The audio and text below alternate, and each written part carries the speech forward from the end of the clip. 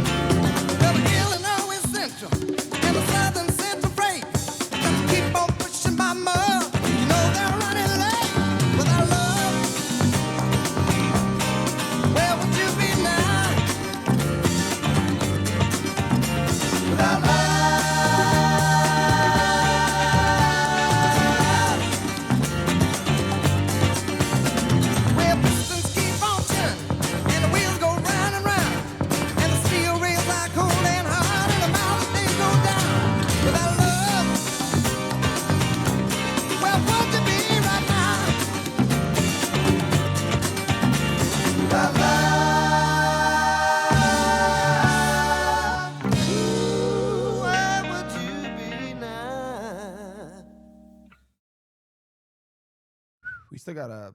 I know. I just had to pause it. Oh, okay. I was like, I thought it was one over more time. for a second. Yeah. Well, it does sound like it's over, right? It's just like this perfect, like, just like phase out. But, and let's talk about the lyrics. I mean, that's like what better message is there than without love, where would you be right now? Yeah. Exactly. You know what I mean? Everybody needs love in their life, man. Everybody. And yeah, I mean, the harmonizing, them singing together. I mean, it's just everything about this song. What I love about this song, man, is it's not one of those songs where you like want to like break down all the lyrics and find the deep meaning and message. I mean, the message is right there.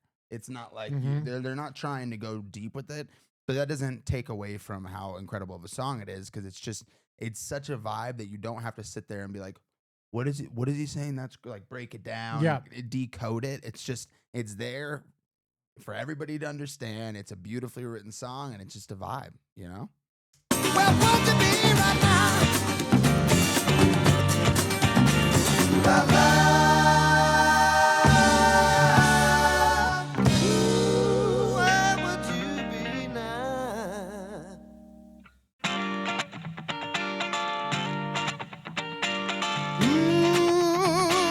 Got to get you, baby, I want to move it down.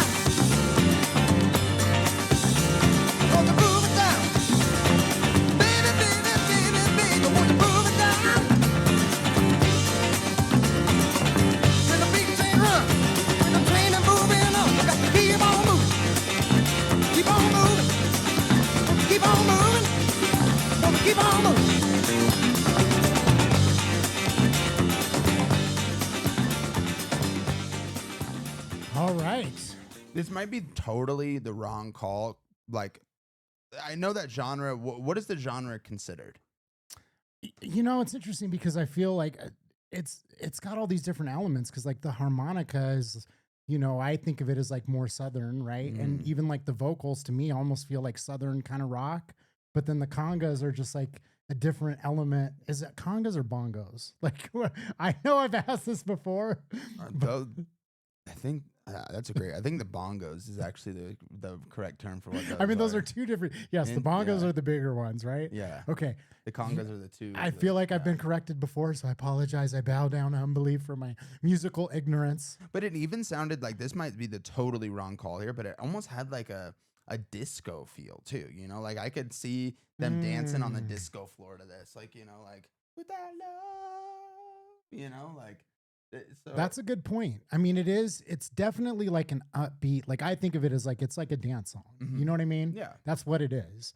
But it does have all those elements that are kind of, yeah, disco is, I don't think you would be totally off base with when did that. this come out? 70s, 80s? That's what I was just going to try and see if that was in the comments because that'll give us some info. Let's see. 73. When did disco become big? 70s. Right. I know it was the 70s, but I'm like, you know, wondering if that was like at the beginning or if it was later in the 70s.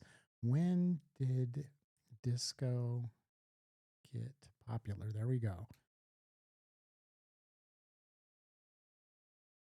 No, wait, what? Just give me an answer, man. Mid 70s and peaked in 77.